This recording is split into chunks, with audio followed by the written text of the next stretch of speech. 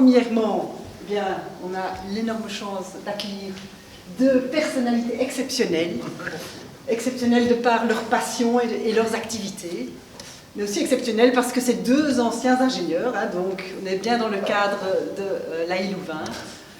Donc Luc est ingénieur en mathématiques appliquées déjà il y a un certain temps, mais donc voilà. Et Serge a suivi par la suite hein, du côté physique.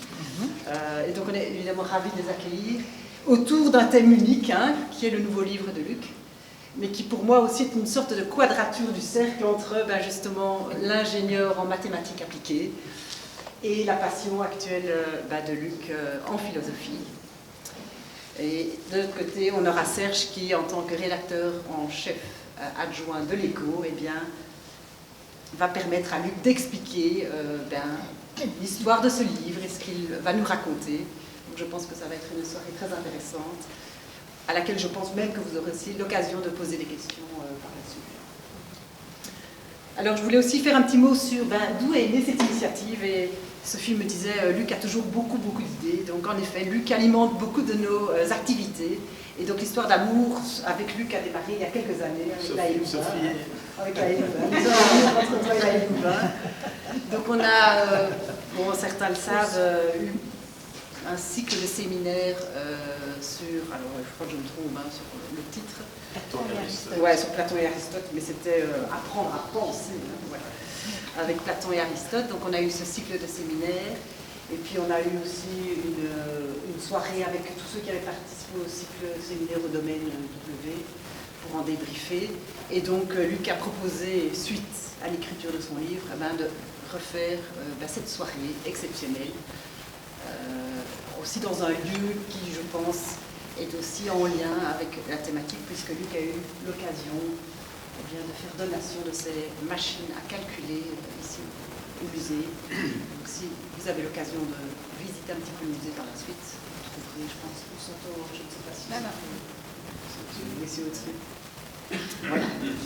Donc, ça c'est les petits points. Ce qui est intéressant, c'est que suite à cette présentation et aux questions qu'on aura l'occasion de poser, on aura ce qu'on appelle un walk-in dinner, durant lequel Luc pourra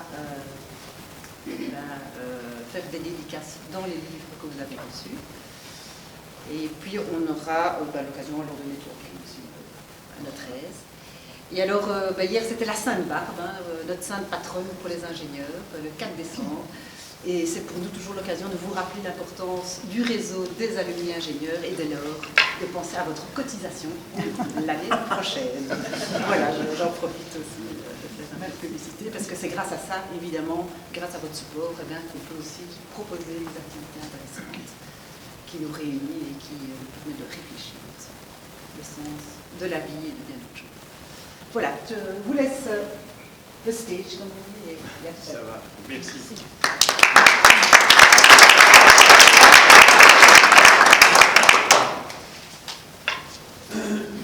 Eh bien, bonjour à toutes et à tous. Bonsoir.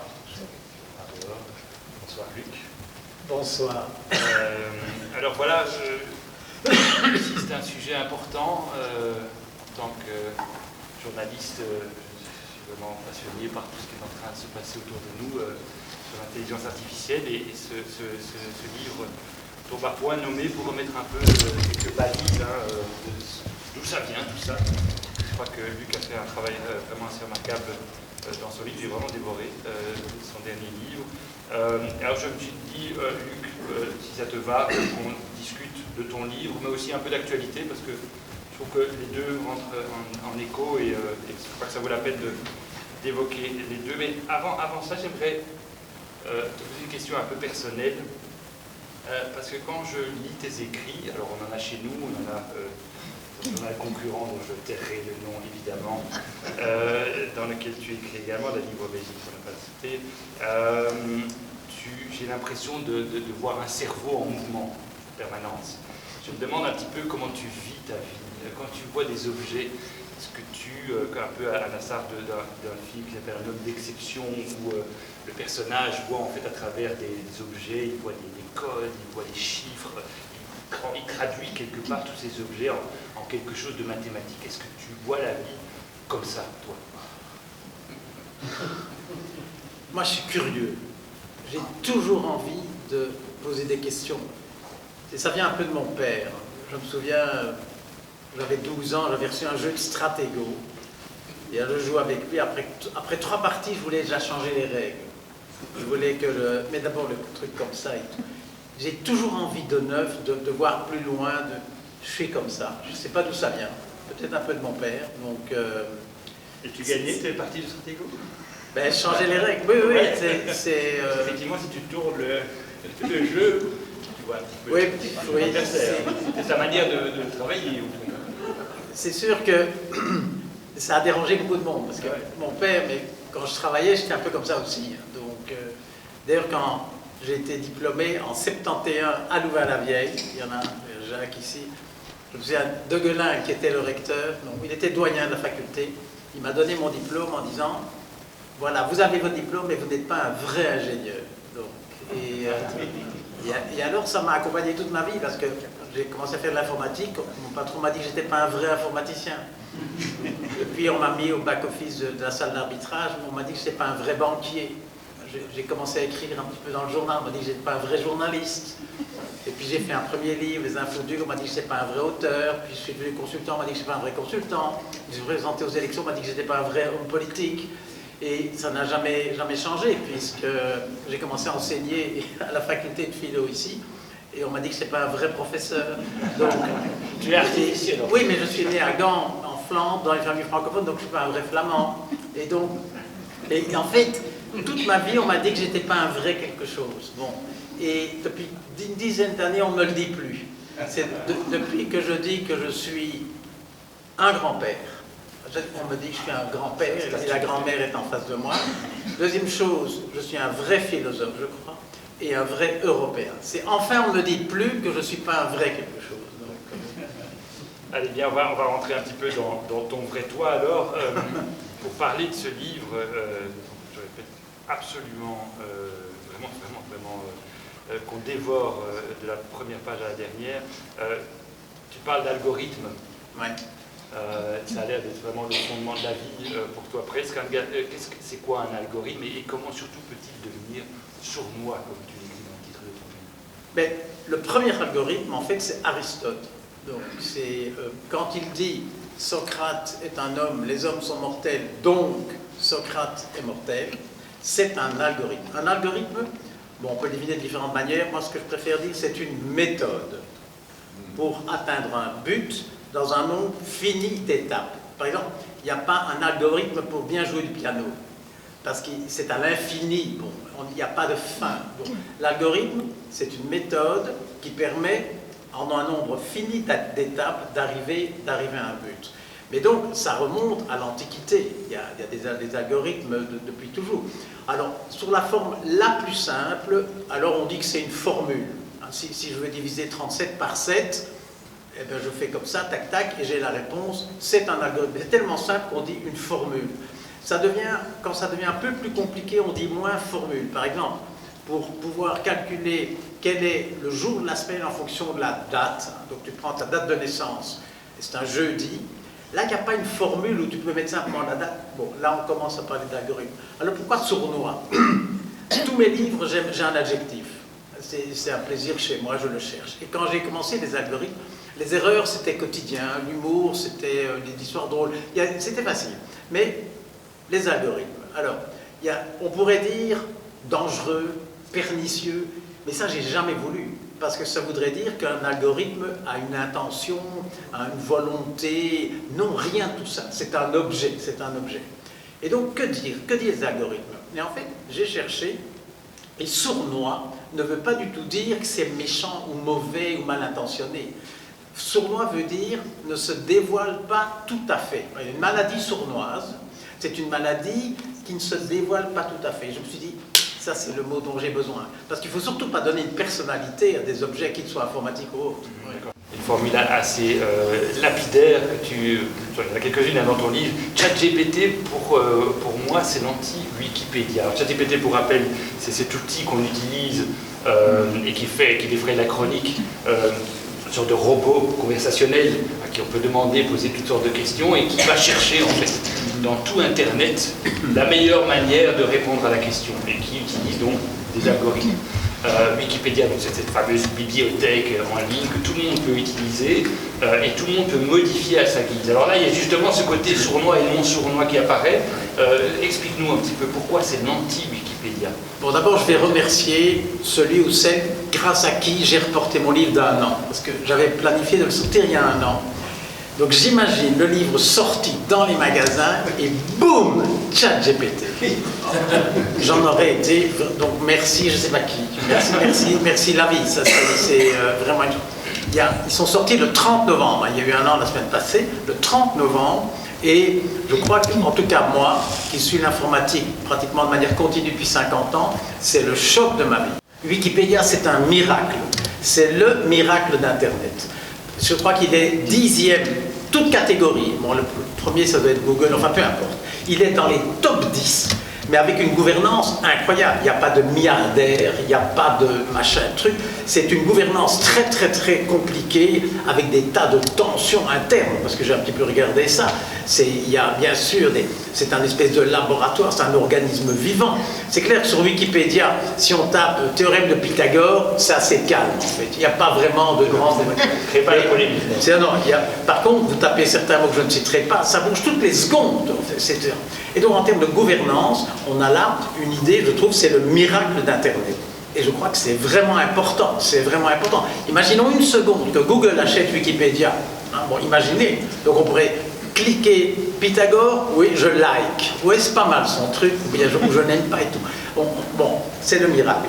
Mais ce miracle, au départ, ChatGPT voulait faire la même chose. D'abord, ça s'appelait OpenAI, et Open, ça dit un peu cette espèce d'ambition de retrouver un esprit altruiste, comme Internet l'était au début. Tout au début d'Internet, c'était ça. C'était ça. C'était pas du tout. Et donc, ce qui s'est passé il y a 15 jours avec OpenAI est un véritable traumatisme. C'est 2 blocs qui s'affrontent. Il y a le bloc un petit peu idéaliste, un petit peu utopiste, un petit peu, voilà, face à l'argent pur et dur. Et il y a 15 jours, l'argent a gagné de manière très violente. Qu'est-ce qui s'est passé? OpenAI consomme énormément d'informatique. Alors, les idéalistes de départ, ils se sont dit, mais on a besoin d'ordinateurs super puissants pour notre idéal. Et Microsoft a dit, voilà, on va vous mettre des machines à disposition. Mais Microsoft, ce n'est pas une ASBL, ce n'est pas une ONG. Hein. Microsoft, ils ont dit, bon, on va faire dans OpenAI un sous-ensemble qui est une société un peu normale, dans lequel Microsoft a eu 49% en échange de puissance de calcul énorme. Et ce qui s'est passé, le coup d'État il y a 15 jours, c'est que ceux qui originent les idéalistes ont voulu virer le patron sans prévenir Microsoft. Il faut quand même imaginer les sommes que ça représente. Il y a 15 jours, OpenAI était valorisé 90 milliards de dollars. C'est 8 fois Renault, le constructeur Renault. Voilà une entreprise qui n'a même pas 1 an, qui n'a jamais gagné 1 franc, qui est hyper fragile. Si les gens s'en vont, elle est partie. Qui est valorisée 8 fois Renault. C'est pour demander l'idée du pari que les gens font sur ce truc-là. Mais donc, on est un peu dans de la folie. Et le coup d'État qui s'est passé, bon, on ne connaît pas les détails, mais j'imagine le gars de Microsoft qui apprend que son type est viré, mais il a paniqué, il a 49 000, je sais pas combien de milliards, et donc je ne sais pas ce qui s'est passé. Et maintenant, c'est le business pur et dur qui l'a emporté. Je n'ai pas vraiment de jugement, mais il y a là deux cultures qui sont incompatibles. Et Wikipédia tient bon dans la culture de type 1, voilà. Il y a quand même un élan à l'intérieur d'ailleurs de cette bagarre d'OpenAI, et c'est ça qui rend la saga absolument fascinante, c'est qu'à l'intérieur, dans le conseil d'administration, ceux qui ont mis Sam Altman, qui dirige OpenAI, qui est l'homme de Microsoft, 37 ans, qui l'ont mis dehors, ce sont des gens qui font partie d'une mouvance qui s'appelle Effective Altruisme, oui, et qui sont là pour ouvrir justement au maximum à la Wikipédia, à la manière Wikipédia, l'intelligence artificielle qui est d'ailleurs au cœur de ce mot OpenAI, open pour l'ouvrir. Et ce combat en fait est l'essentiel quelque part de ce que tu appelles sournois. puisque justement, c'est ce côté sournois qu'on essaye de mettre en avant si on ouvre les codes à la globalité du monde. Ce sournois n'existe plus. Et c'est ça que tu défendrais. Voilà, c'est que tu es un effectif altruiste. En fait. Exactement, parce que tout le monde parle de la protection des données, avec RGPD, etc. Mais il faut quand même se rendre compte que dans ce monde-là, il y a d'une part les données, mais il y a aussi d'autre part les algorithmes. C'est un peu comme les grands restaurants, il y a les recettes, mais il y a aussi les ingrédients. Ceux qui ont 3 étoiles, ils ont des chefs et des recettes super sophistiquées, mais ils ont aussi leur pomme de terre qui vient de là et leur je sais pas quoi qui vient d'ailleurs. Et donc, on parle beaucoup de la protection des données. Mais quand bien même on protégerait 100% des données, que ce serait totalement transparent, que font les recettes avec ces données? Et là, il y a un côté opaque, et c'est là la sournoiserie. Alors, Google est particulièrement pernicieux, parce que dit Google? Nous n'allons pas dévoiler l'intérieur de l'algorithme, parce que si on le fait, ça permettrait d'utiliser l'algorithme dans des mauvaises fins. On pourrait commencer à foufelen, comme on dit en flamand. On pourrait commencer à tricher. C'est vrai que on se rend bien compte, quand on utilise Google, qu'il y a des tas de choses qu'on ne contrôle pas. J'ai fait des tests très simples. Quand on dit, par exemple, dans la traduction de l'anglais vers le français, si on met un architecte, on reçoit un architecte. Si on met un secretary, on reçoit une secrétaire. Bon, alors, c'est quand même pas neutre. Mais il y a cognitif, on appelle. Oui, là, d'où ça vient? Ça veut dire que ceux qui ont programmé ont donné des instructions, je ne sais pas lesquelles, et c'est un côté sournois. Donc, d'un côté, on ne sait pas ce qui se passe là-dedans, mais d'autre part, il y a des vrais arguments pour ceux qui les ont faits de ne pas le dire. Parce qu'on dit, écoutez, monsieur le régulateur, imaginez que les gens savent vraiment comment marche mon algorithme. Ils pourraient l'utiliser en leur faveur et tout. Donc on est vraiment dans le compliqué. Ouais. Alors moi j'ai utilisé ChatGPT, je l'utilise de temps en temps, la formule professionnelle qu'on paye chez nous à l'ECO. Qui n'est pas cher, c'est quoi? C'est 20 € par mois. Ouais. Bon, ça va à l'ECO, donc vous pouvez... Oui, c'est un compte partagé. C'est un compte partagé. Ah oui, ouf. Chacun met 1 €. Oui. Voilà, exactement. Et je l'ai fait calculer. Je lui ai dit, calcule-moi 528 divisé par 7. Erreur. Et c'est pas calculé. Comment peux-tu expliquer ça? Un algorithme ne peut donc pas calculer. Mais je dirais, j'explique de la manière suivante. En fait, l'intelligence artificielle n'est pas du tout nouvelle. Dans les infoducs, j'en parlais déjà, il y a 40 ans. Alors, qu'est-ce qui s'est passé? Pendant 40 ans, tous ceux qui cherchaient l'intelligence artificielle étaient partis avec une hypothèse. La pensée a ses règles, le langage a ses règles.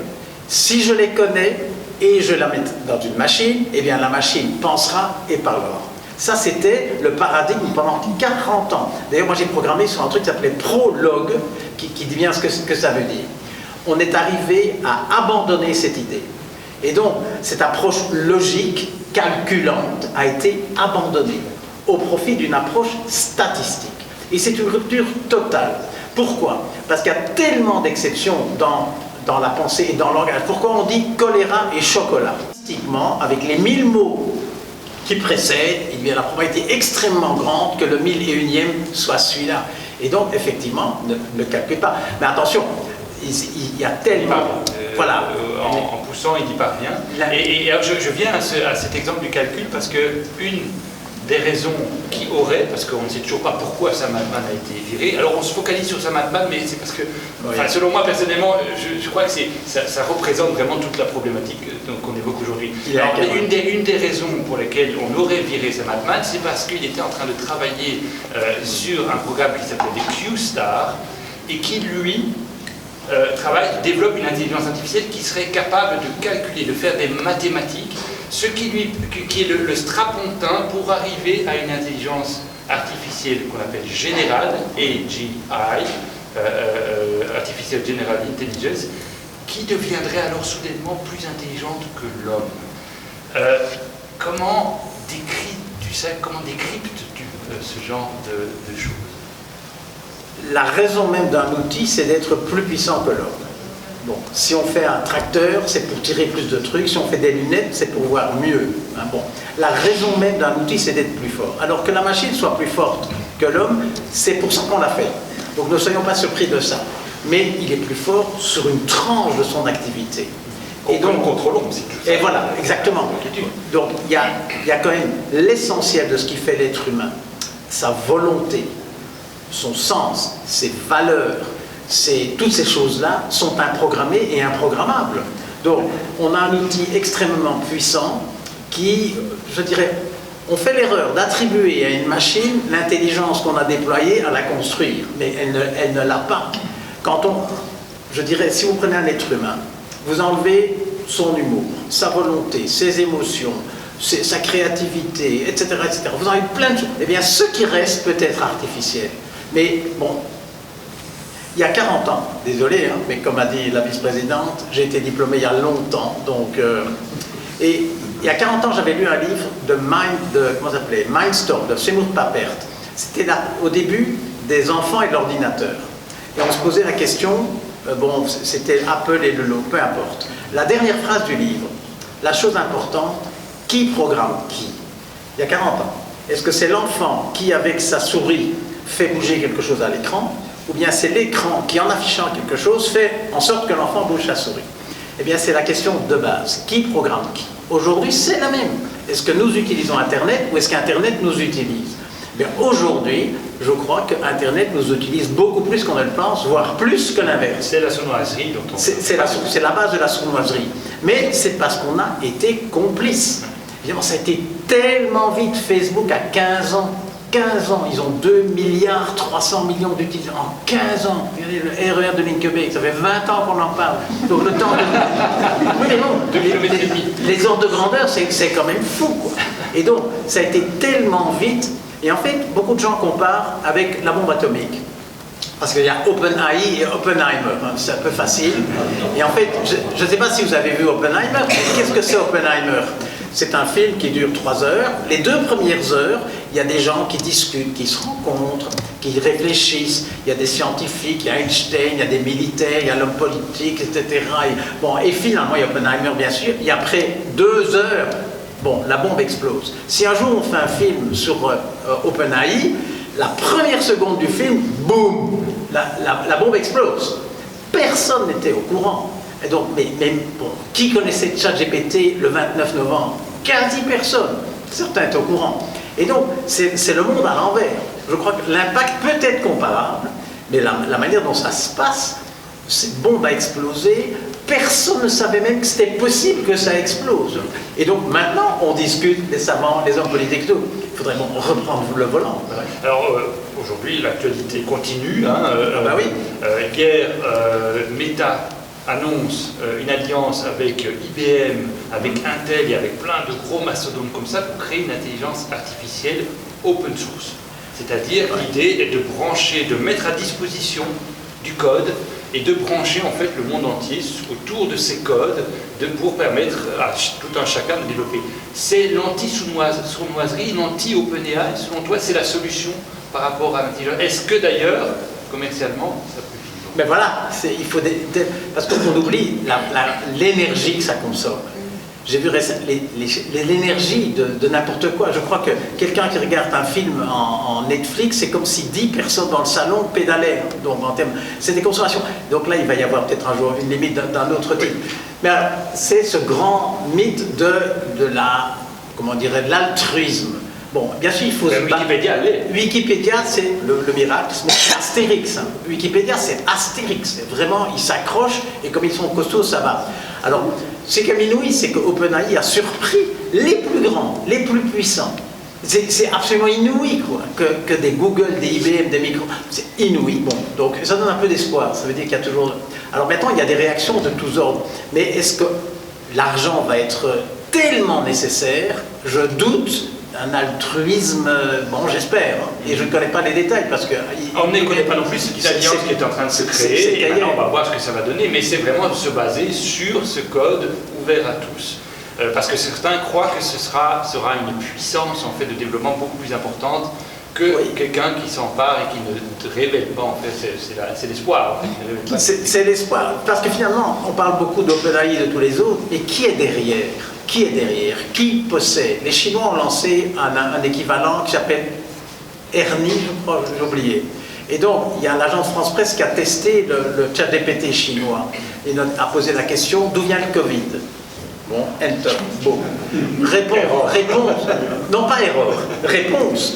En 1900, je sais pas combien, 18 ou 19, des militaires américains sont venus à un congrès à Wuhan. Et ils avaient dans leur bagage des homards, enfin je ne connais plus les détails. Donc ils parviennent à donner une explication qui ne conteste pas Wuhan, mais qui met quand même la responsabilité. Qui va contrôler ce qui est derrière? Tout est là. J'ai fait l'exercice, je fais une petite parenthèse. Oui. Sur ChatGPT, pourrais-tu me donner les raisons pour lesquelles Sam Altman, directeur d'OpenAI, le conseil d'administration a renvoyé Sam Altman? Oui. Il me répond, Sam Altman n'a pas été renvoyé. Ce que vous dites est faux. Oui. Vous devriez, etc. Ça m'a quand même fort surpris aussi. Oui, bon.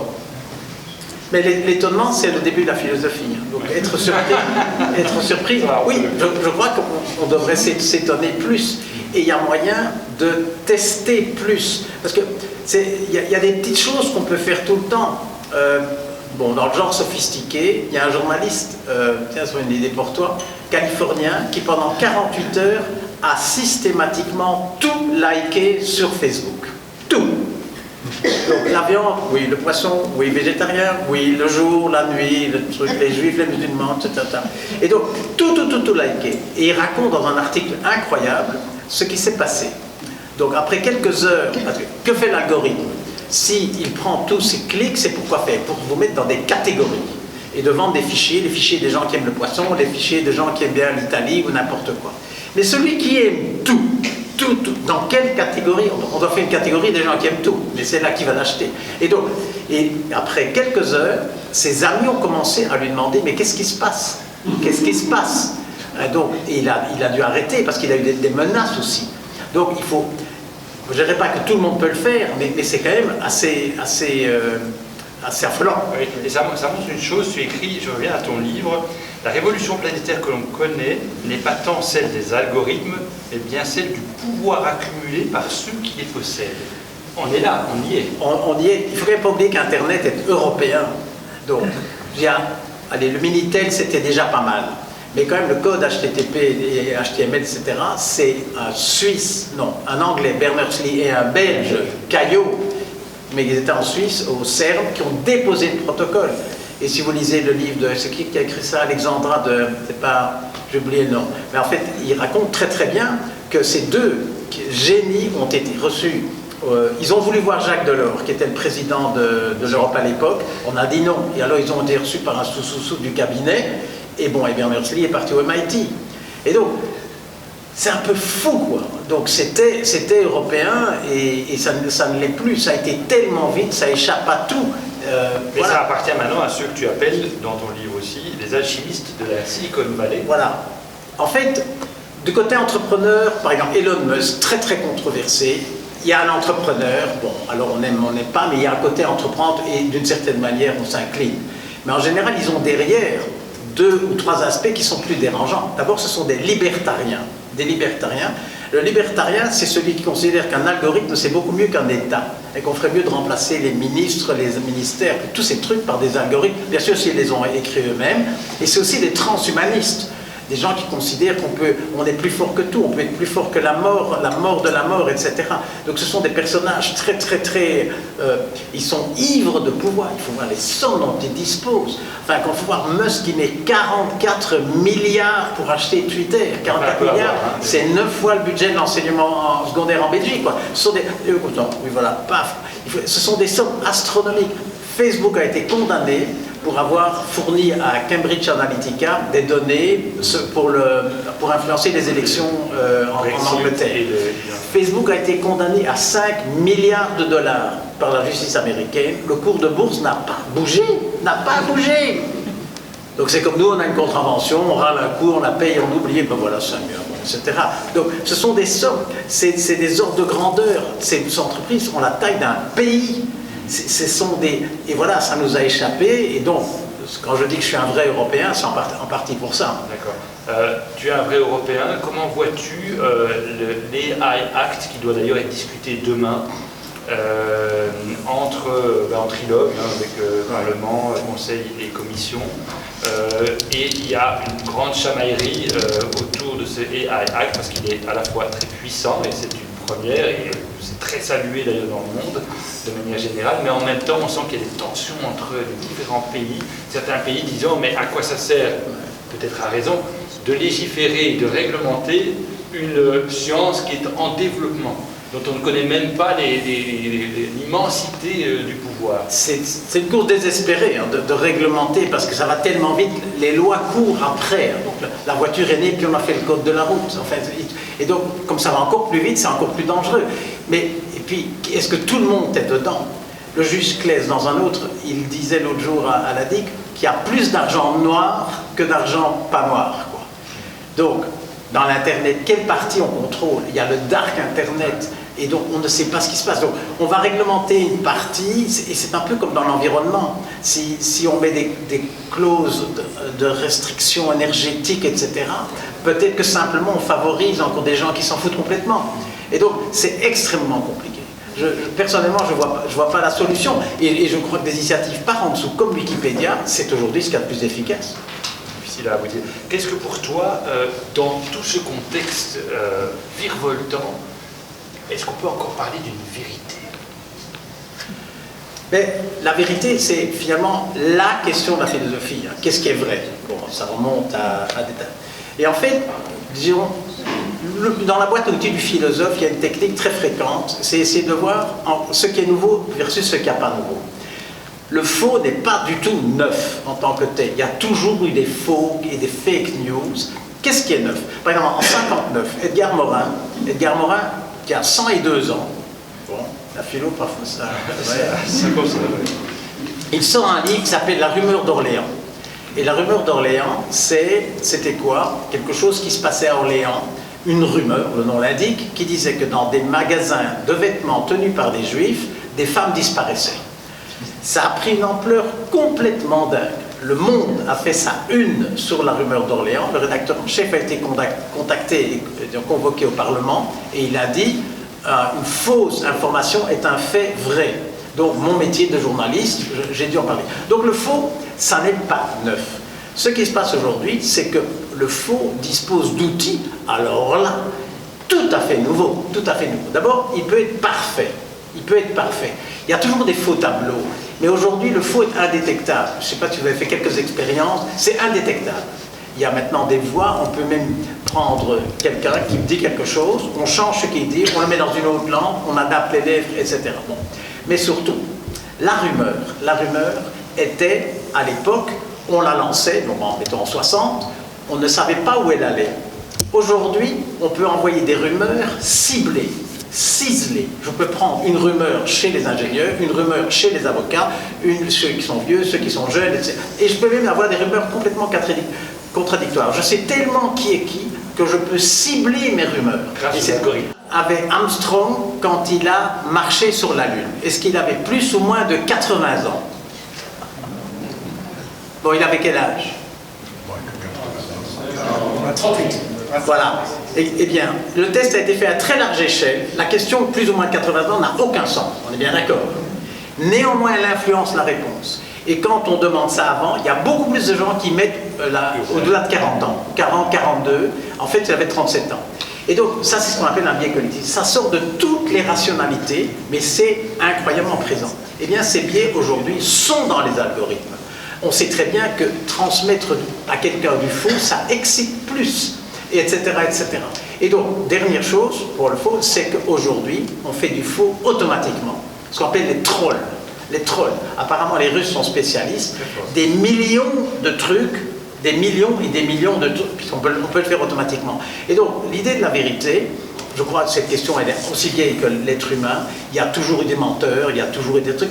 Mais ce qui se passe aujourd'hui, c'est l'outil des menteurs qui est absolument d'une puissance complètement folle. La moitié des adolescents s'informent sur TikTok. Moi, ma fille m'a mis TikTok et je regarde ce truc et je me dis c'est ça la source d'information. Et j'ai montré souvent des trucs dingues. Mais c'est ça la source d'information. Et par rapport à ça, je ne crois pas qu'il y a moyen de lutter. C'est alors là plutôt la pensée critique, mais on y viendra tout à l'heure peut-être. Ou la presse comme nous, essayons autant bien que mal de survivre et de donner, de faire le tri de tout ça. Tu as écrit une carte blanche qui d'ailleurs conclut ton livre, hein, Enseigner la logique dans le secondaire. C'est le fameux « Comment pense-t-on » Tu dénonces d'ailleurs le fameux cours de philo et de citoyenneté. Alors, où est-ce que l'urgence est-elle quand on parle d'adolescence? Tu parlais de TikTok aujourd'hui. Il est vraiment urgent d'apprendre, d'enseigner à ces adolescents la manière avec laquelle tout ça se forme pour qu'ils soient conscients que ce qui les abreuve est d'abord et avant tout un but. Voilà.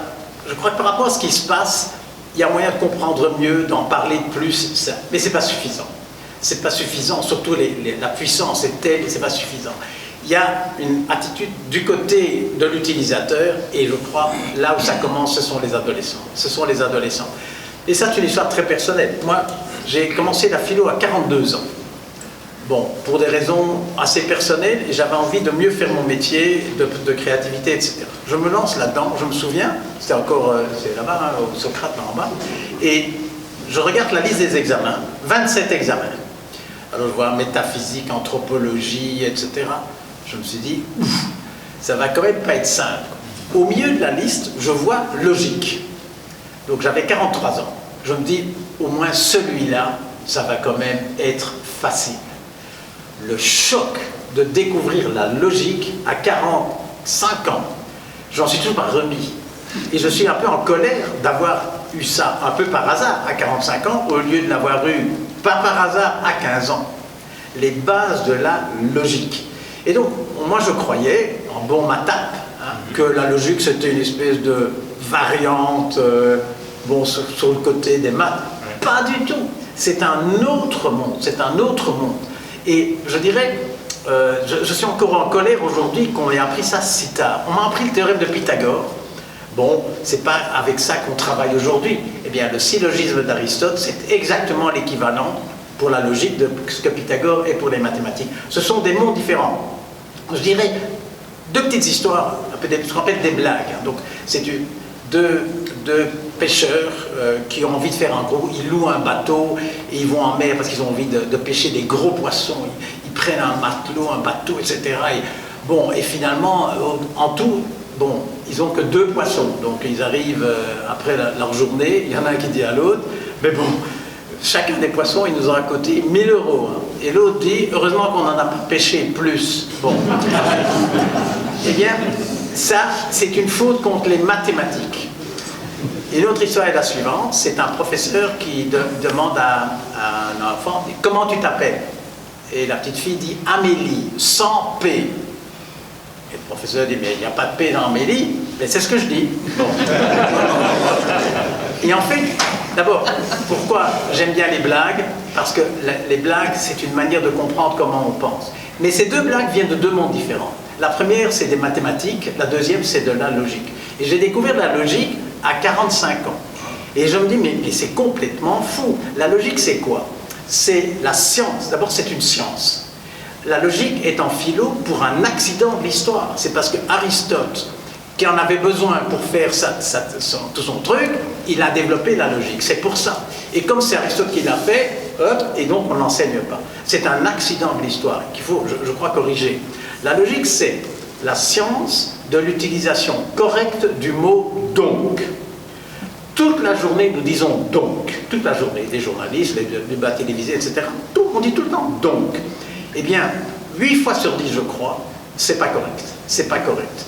Et quand la logique, on apprend à regarder le mot « donc ». Le terroriste était musulman, donc les musulmans sont des terroristes. Non, etc. Et donc, il y a, je dirais, la logique, c'est la boîte à outils qui permet de regarder les informations. Aristote, qui est quand même un génie, mais on se demande comment c'est possible. Il est mort à 63 ans. Il a passé 2 ans à Lesbos, qui est l'île où il y a les réfugiés aujourd'hui, donc tout se bien. Bon, qu'est-ce qu'il fait Aristote? Il invente le premier algorithme. Il dit, en fait, la pensée se déploie en 3 temps. Il y a d'abord le concept, la table, le Brexit, Internet. Bon. Deuxième, ça c'est le mot. Hein. Deuxième, la proposition, le jugement. La table est en bois, Internet est utile, Internet est trop cher. Ça, c'est le jugement. Troisième stade, le raisonnement. La table est en bois, le bois est inflammable, donc la table est inflammable. Donc la pensée se déploie en 3 étages. Ce truc date d'Aristote, on peut encore l'utiliser. Pourquoi? Parce que les critères d'évaluation sont complètement différents. La table, elle n'est pas vraie ou elle n'est pas fausse. Elle est une table. Si je dis la table est en bois, ça peut être vrai ou ça peut être faux. Et si je dis la table est en bois, etc., donc, c'est ni vrai ni faux, c'est valide ou pas valide. Un raisonnement n'est jamais faux. Il peut être correct ou pas correct. Bref, je dirais, la manière d'aborder les choses, c'est comme ça qu'il faut faire. Et toute la journée, en regardant la télévision, on voit ces arguments qui ne sont pas valides. Il y en a, par exemple, et il y en a qui sont très très vicieux. Par exemple, si je dis, bon, on discute, etc., et je dis de toute façon, trop de liberté, c'est jamais bon. Oui, vous avez raison. Eh bien, ça ne veut rien dire. Trop de liberté n'est jamais bon, trop d'eau plate n'est jamais bon, trop de vacances n'est jamais bon, trop de fromage n'est jamais bon. Le n'est jamais bon fait partie du trop. Donc, dire trop de liberté, ça ne veut rien dire. Et une autre forme que je cherche toujours à débusquer, c'est ce qu'on appelle le syllogisme tronqué. C'est créatif, la pensée créative. Et il y a une grosse difficulté dans l'enseignement, c'est que la première, enseigner la logique, c'est logique. Il n'y a pas de contradiction. Par contre, enseigner la pensée critique ou enseigner la créativité, c'est un peu paradoxal. Si je dis « sois créatif », en fait, c'est un ordre de ne pas écouter les ordres, ou pense par toi-même, hein, c'est un ordre, et donc c'est compliqué, mais il faut absolument le faire. Et je crois qu'aujourd'hui, et surtout en Belgique, on se trompe complètement. En fait, il y a moyen d'organiser la philosophie en 2 grandes parties. Il y a une partie descriptive et une partie prescriptive. Prescriptive, c'est quoi? C'est dire ce qui est bien, ce qui est mal, ce qui est beau, ce qui n'est pas beau, etc. C'est pas de ça que je parle. Moi, je parle de la partie descriptive, c'est-à-dire donner, on vient de dire, les définitions, les idées claires et distinctes. Et par exemple, le mot normal. Hein, donc, ce mot normal, je dirais, on peut le comprendre de 2 manières différentes. Quand on dit la température est supérieure au normal saisonnière, c'est descriptif. C'est un raisonnement mathématique, on prend les statistiques des 10 dernières années. Par contre, si je dis ce n'est pas normal que les riches payent aussi peu d'impôts, ça n'a rien à voir. Le même mot normal est utilisé d'une manière prescriptive. Moi, je trouve que ce sont des jugements de fait versus les jugements de valeur.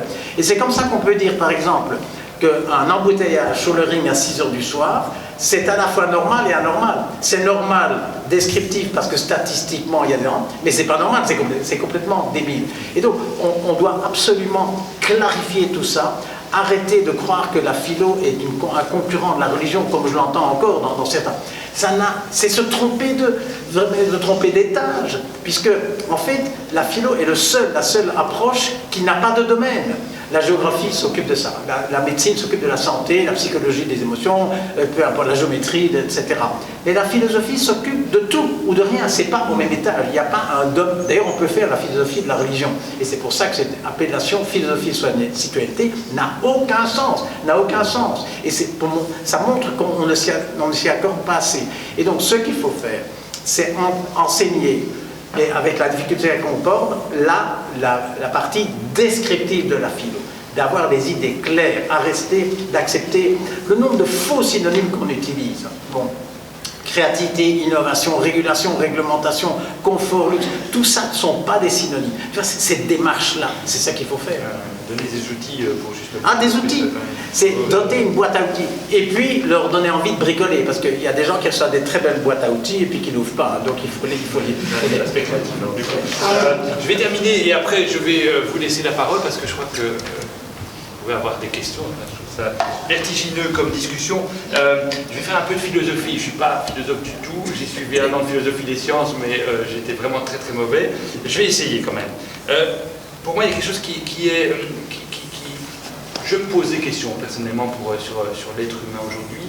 C'est qu'on vient donc de Descartes, qui a cette verticalité, hein, avec l'homme, Dieu, puis l'homme, et puis après la nature qu'il utilise comme il veut. Puis aujourd'hui, on se rend compte que le fait d'utiliser la nature comme on veut, c'était très bonne idée et qu'on est en train de justement de s'en prendre plein la figure. Et donc on est en train de travailler sur une... de sortir l'être humain de son piédestal et de lui dire ben non, finalement tu fais partie de la nature, et donc on a un travail plus horizontal. Et on a de l'autre côté, ce qu'on est en train d'assister maintenant et ce dont on est en train de discuter depuis une heure maintenant, des gens, et de plus en plus imposent à l'humanité cette idée que l'homme n'est finalement pas parfait du tout, et on essaye de l'améliorer. Mais on n'essaye pas spécialement de l'améliorer, on essaye de le remplacer. Est-ce que l'être humain a encore une place demain, coincé entre ces deux problèmes qu'il rencontre aujourd'hui? Ça dépend de nos valeurs, de ce qu'on croit. Et c'est pour ça, si on pose la question à ChatGPT, il va dire ça dépend, ça dépend. Il n'y a pas de réponse absolue. Qu'est-ce que c'est une valeur? Les valeurs, c'est quoi? Ce sont les idées que nous avons de ce qui est souhaitable. J'aime bien cette définition. Nos valeurs, c'est les idées que nous avons de ce qui est souhaitable. D'ailleurs, ça veut dire qu'on peut différer sur les valeurs. Bon, et en fonction de ça, quelle est la place qu'on a à l'être humain? Moi, je suis un humaniste. Et qu'est-ce que c'est un humaniste? C'est celui qui a une catégorie en dehors de tout, qui s'appelle l'être humain, l'homme et la femme, qui n'est pas une espèce d'animal amélioré ou un préordinateur qu'on va faire prendre. C'est une catégorie à part. Et je crois que l'humanisme reste, tel que je le conçois, la posture qui répond à la question. Il n'y a pas une continuité, parce qu'on dit l'animal, le singe, etc., et puis la prothèse, etc., et puis on va mettre la conscience sur un ordinateur, comme s'il y avait un continuum. Moi, je dis non.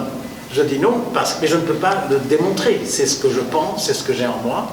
L'humanisme, c'est une posture qui dit l'homme et la femme, c'est une catégorie à part. À part. Et c'est un point de départ, c'est un axiome, c'est un postulat, et le restant, on en découle. Et si les humanistes sont d'accord avec moi, ils répondent à ta question en disant non, on peut l'améliorer. Mais là aussi, et c'est tout le problème de l'éthique, hein, donc on peut, si on met une prothèse au genou, les gens, c'est formidable, mais si on met par exemple un œil supplémentaire là derrière, pour voir derrière, bon, etc., est-ce qu'à un moment donné, on voit bien que c'est compliqué? Tu es humaniste, mais toute ta crainte que tu développes jusqu'à présent et dans ton livre également, c'est que justement l'être humain est attaqué par toutes ces machines, par toutes ces pensées néfastes, par le troll dont tu parlais, etc. La vérité est menacée, l'être humain, de toute façon. Oui, et en fait, toutes ces questions, on sent bien qu'elles sont très importantes et que la seule manière d'y répondre, ce sont des critères. J'ai eu, parmi toutes les chances que j'ai eu la chance de faire mon mémoire chez Michel Dupuis, hein, qui était notre invité l'année passée, et j'ai fait mon mémoire, et lui, au moment où je faisais un moment compliqué, et il en parlait au coup, puisque il vivait son moment même, et il disait en fait, tout le problème, ce sont les critères. Les critères.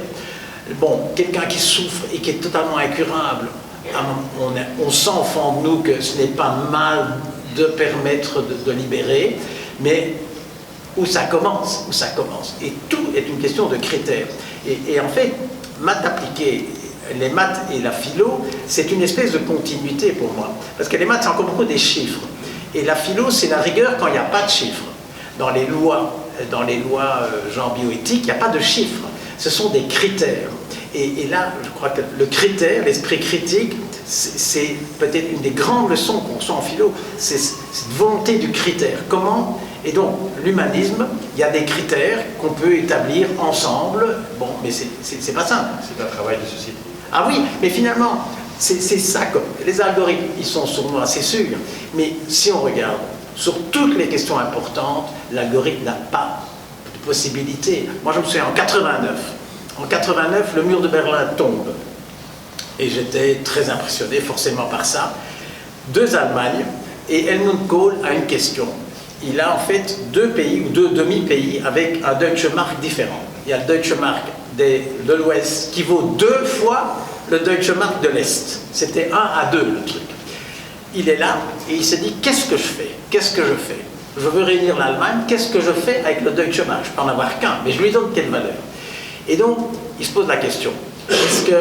Et finalement, il décide le Deutsche Mark et le Deutsche Mark. Donc du jour au lendemain, toute l'Allemagne de l'Est est 2 fois plus riche. Du jour au lendemain. Bon, alors des chouettes, mais ceux à l'Ouest, etc.